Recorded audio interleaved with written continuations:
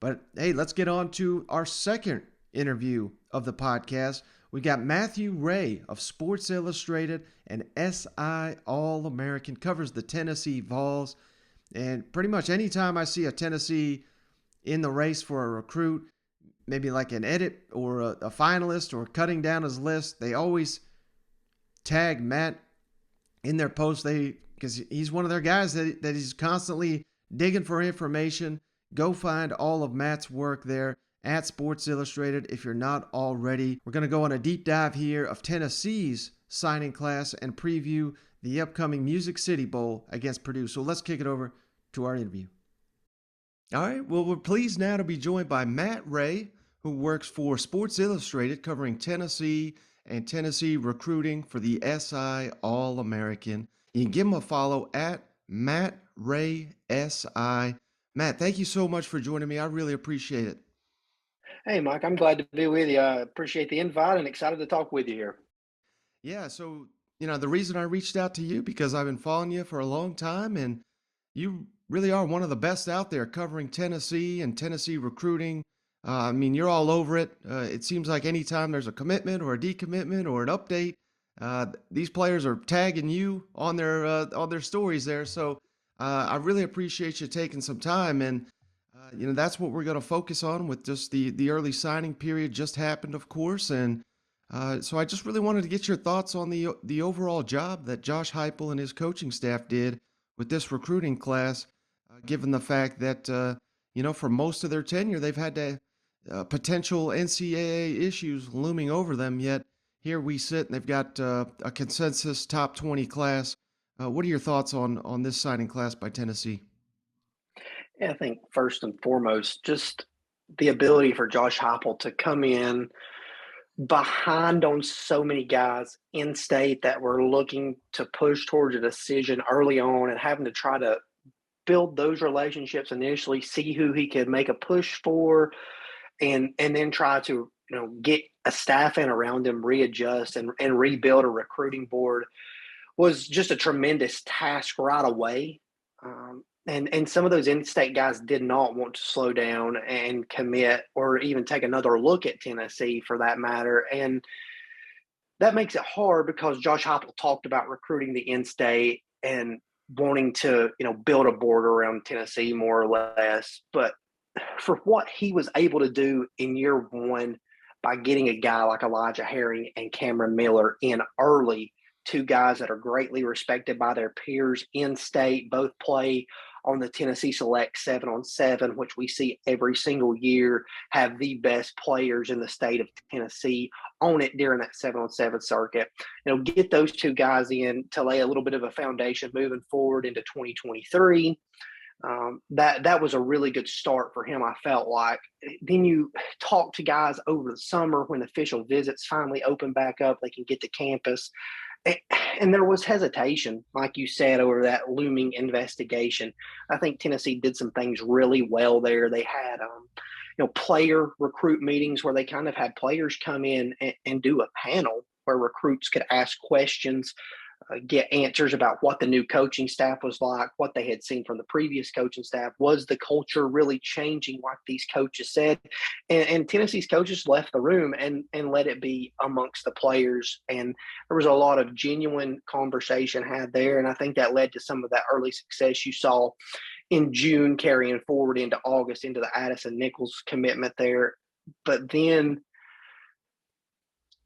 it kind of slowed down for Tennessee. Everybody kind of started to wonder, well, where is this going with Josh Heupel? They're in on a handful of guys, but where's the traction at? And quietly behind the scenes, Tennessee worked, and were able to win some big time recruiting battles. I mean, started with Joshua Josephs, the edge from North Cobb, a guy that this staff believes has tremendous potential, can be a first-round guy for them off the edge as he continues to develop into his frame. And when they started getting those commitments, it started to carry over. They didn't have a lot of trouble holding on to some of their other commitments. And then they finished on signing day with Justin Williams, James Pierce, and Tyree West. That's three big recruiting wins in hotbed areas in South Georgia, Atlanta, and Charlotte that Tennessee needed to make inroads into. And I don't think a lot of people would have expected Josh Heupel and company to be able to do that in year one.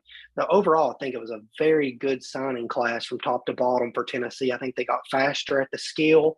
I think they got stronger and longer at the in the defensive backfield. I think they added some athleticism up front, and they added a couple of running backs that are dynamic to go along with Taven Jackson and those four receivers that can really do a lot of things in this offense. Yeah, and you mentioned West there, Tyree West, the four-star defensive lineman they signed, Justin Williams, the four-star running back, and James Pierce, the guy out of North Carolina you mentioned there, that is a four-star pass rusher. How important were those pickups for the Tennessee Vols during the first day of the early signing period to really push this team up the class rankings?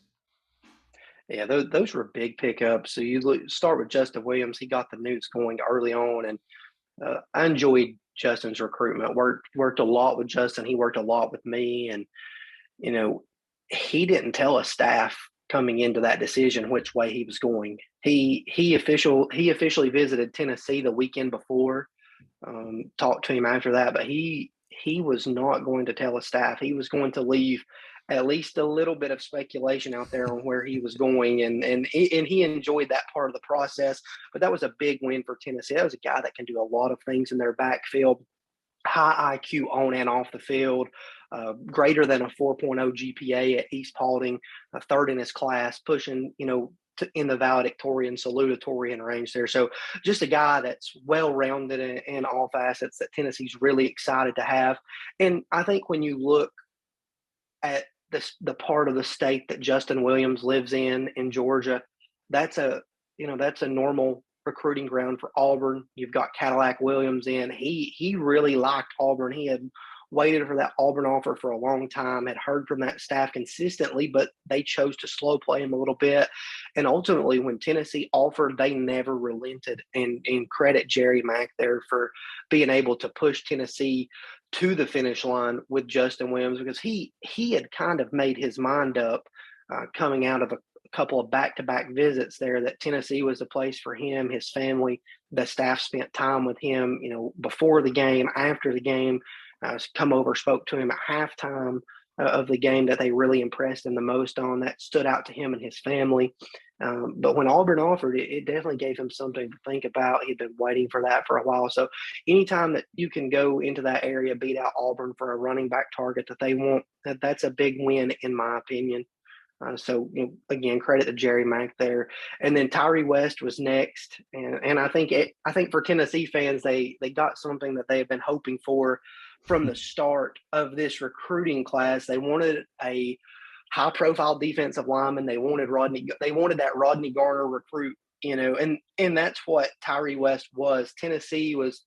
They had continued communication with West for a while, but they hadn't been involved in that recruitment for a long time. And then Rodney Garner comes in late. Florida State seemingly has all of the momentum because West was not going to end up in Georgia's class on signing day regardless.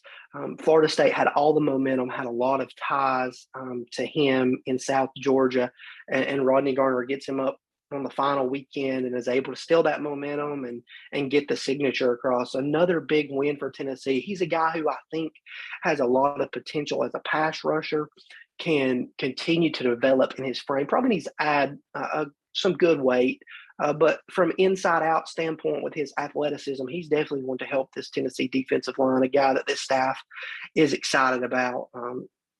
And then James Pierce, a longtime target, a guy that just really hasn't said a lot on the recruiting front in general.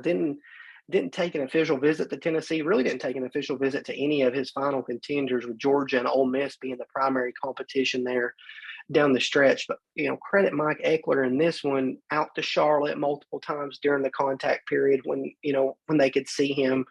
The Tennessee staff was out to Charlotte within the contact period to see him, continued to recruit him all the way up to the finish, and was able to get him to sign during the early signing period. Another guy that just from hearing this staff talk and talk behind the scenes, they feel like is a freakish pass rusher because of how he can bend, how he moves, and what he can do from a backside pursuit approach. Just elite top end speed for his 6'5", 220-pound frame. And in an area that Tennessee needed to get back into. It's an area that when you look at Jeremy Pruitt's tenure, they fought very hard to get back into. They were able to land Quavaris Crouch out of Charlotte Hmm. in that first full recruiting cycle, but they really fought to get back in that area and didn't win a lot of those battles. But Tennessee picked James Pierce as their battle there this year, was able to win that.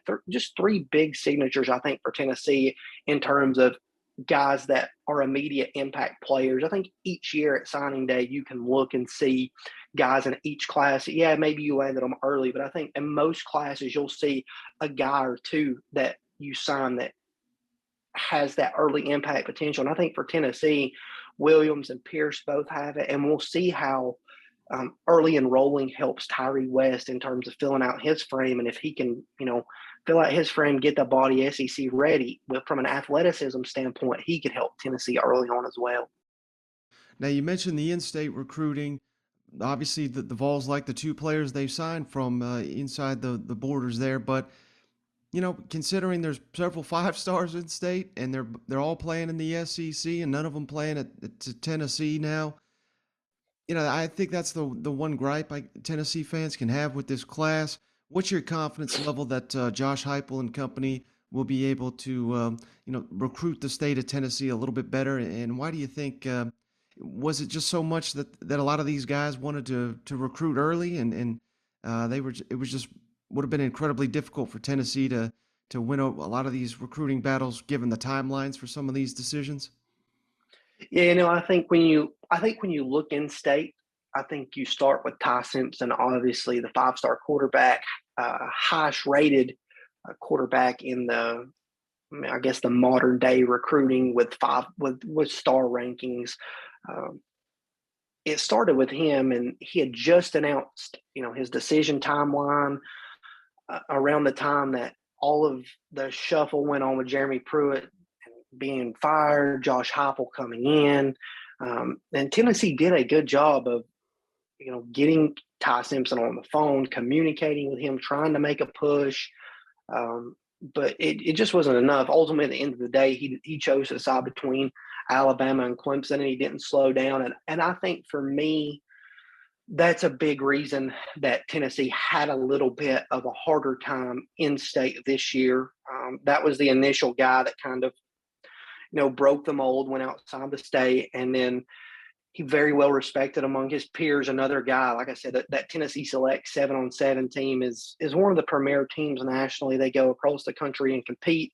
He's the quarterback of that team. He had a good relationship with Dallin Hayden, had a good relationship with a lot of those guys on there that you saw slip out of state and make decisions to go elsewhere. Um, Tennessee, they recruited the Wade twins, but that ultimately didn't come to the finish line. I don't think Tennessee felt that they wanted Destin Wade as a quarterback.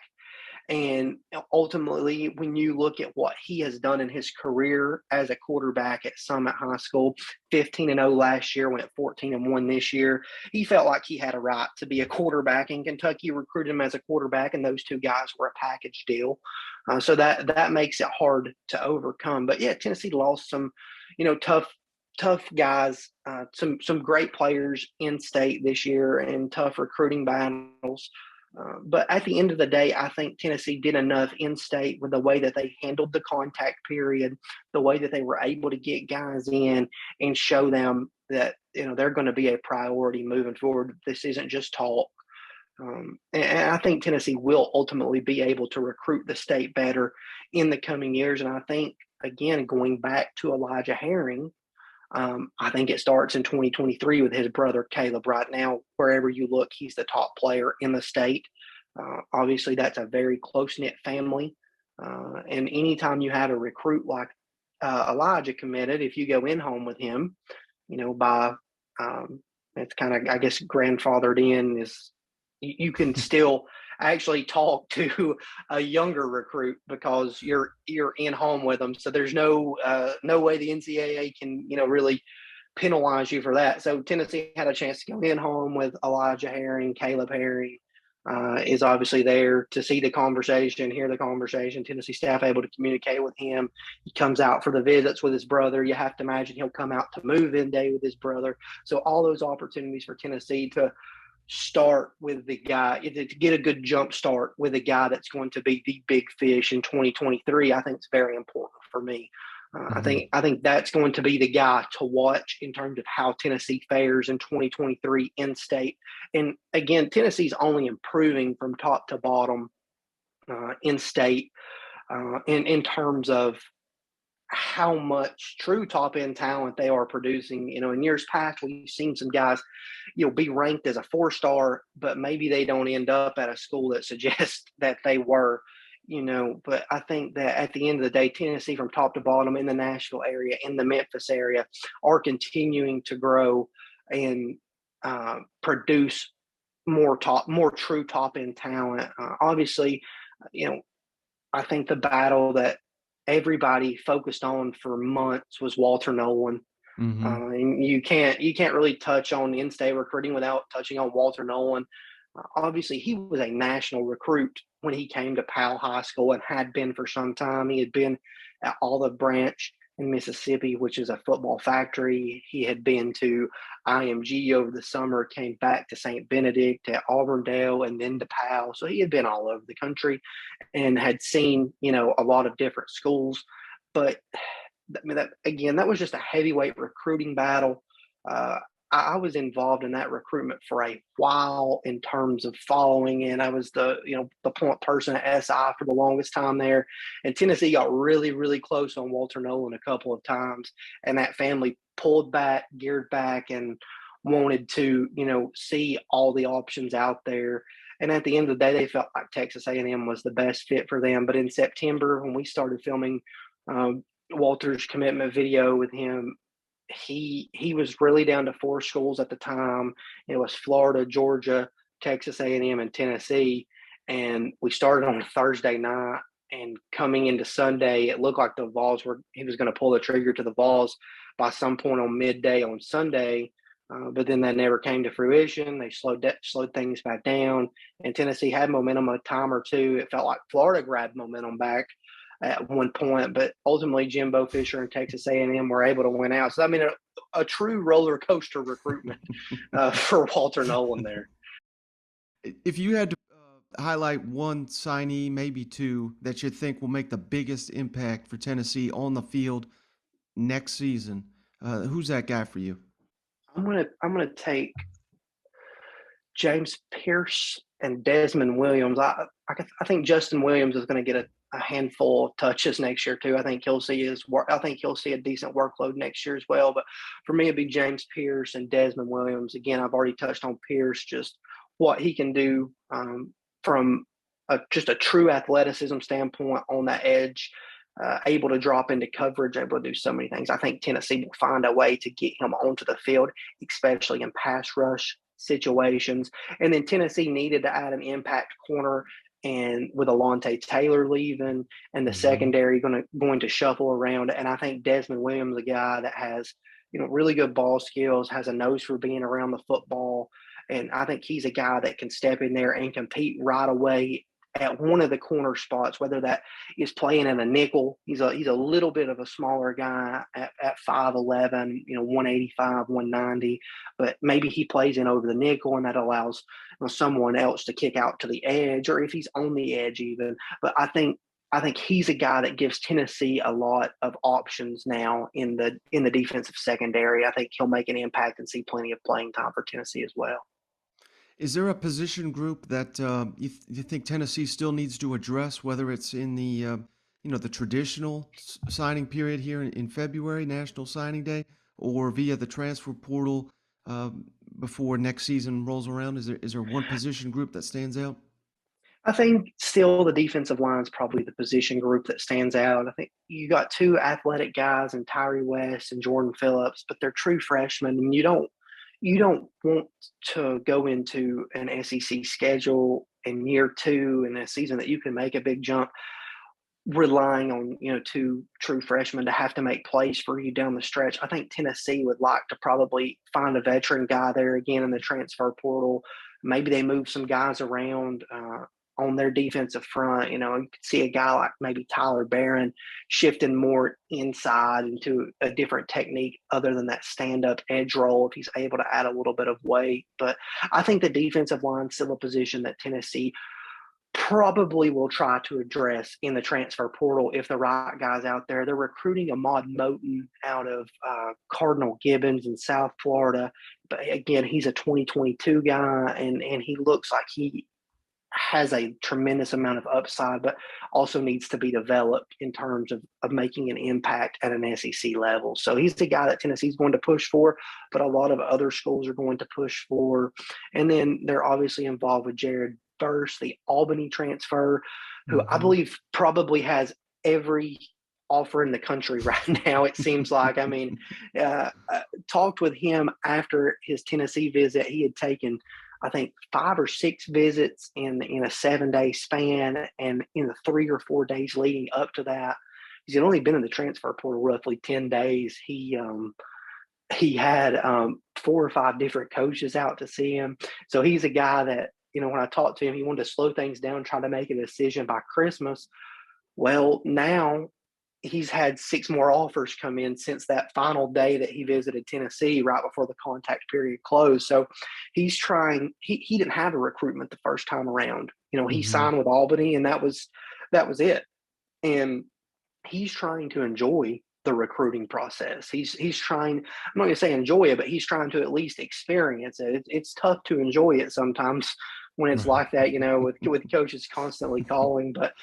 But he's trying to experience the process. He's trying to listen to what every school says, even though he can't visit. He's going to try to see, virtual tours, FaceTime with coaches, and continuing to receive offers. USC, Oklahoma, Miami have all came in recent days. So he has a lot to weigh out. But Tennessee got the last crack at him there with one of the longer visits that he was able to take. He came away impressed with what Rodney Garner had to offer. So he's a guy that, I think they could make a real push for in terms of bringing in as a transfer to solidify that front and allow some flexibility to maybe move a guy like Tyler Barron, or to maybe move somebody else, to more of a down lineman role. We'll see what happens there, but I think defensive line for me is probably the position that Tennessee needs to add in the late signing period, and then I think everybody else that you can find is just a bonus. I think they could, target the secondary as well and probably add another body there, but we'll see what happens. I think there's still some decisions to be made on all fronts as they're continuing to evaluate every angle. I think the good thing for Tennessee is that with 20 signees and being able to hold on to all of the guys that they had committed and that they wanted in this class, and to add those 3 pivotal pieces on signing day, it allows Mm-hmm. them to kind of fresh start, reset, and see where they really need to distribute their time. Because I think at last count, it's 12 or 13 of the early signees are going to be here, for bowl practice. So you don't really have to worry about these guys pretty soon. You're going to have them on campus and have them working with you. So Tennessee is going to be able to push forward and evaluate talent. And that's something that this staff, feels strongly about, is their ability to evaluate talent. So it's going to be interesting to see who they discover going into February.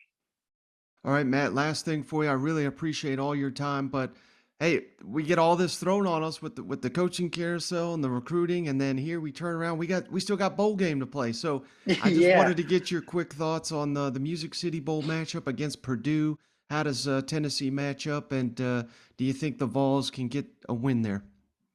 Yeah, I think that's a good matchup for Tennessee. I think it's going to be. I think it's going to be a good game overall, back and forth. I don't think this, and I may be completely wrong, but I don't think this is going to be the typical, SEC Big Ten bowl where you see the SEC run away from it. I think Purdue. I think Purdue is a well-rounded team. Now they did lose, obviously, George Karlaftis and David Bell, who will not play. I think that's pretty significant when you look at what both of those guys have done in terms of production for them. I Mm-hmm. mean, Carl Loftus has been just outstanding in his career at Purdue. He's going to be a first round guy in April when the draft comes. And then David Bell, I mean, his he had almost more catches by himself than Tennessee's top three receivers combined. So he was the true number one there.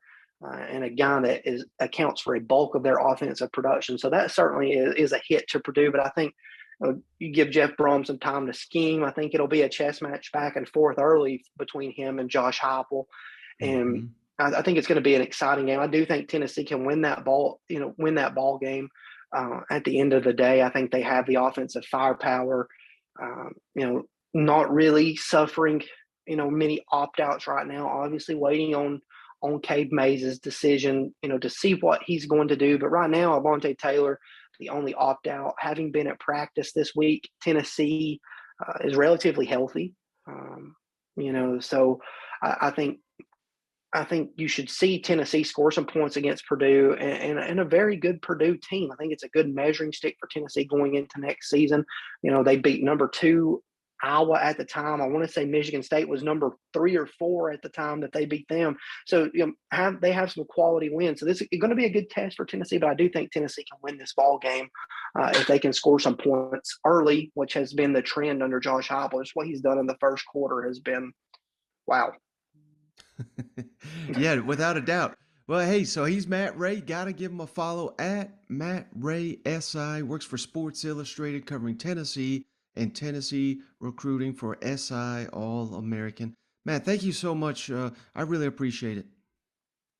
Yeah, Mike, I enjoyed it anytime. All right, so just want to say thanks, Matt, for joining the show once again. Give him a follow at Matt Ray SI on the Twitter machine. Really outstanding stuff. Really appreciate him. First time he has been on the show. He was kind enough to do that.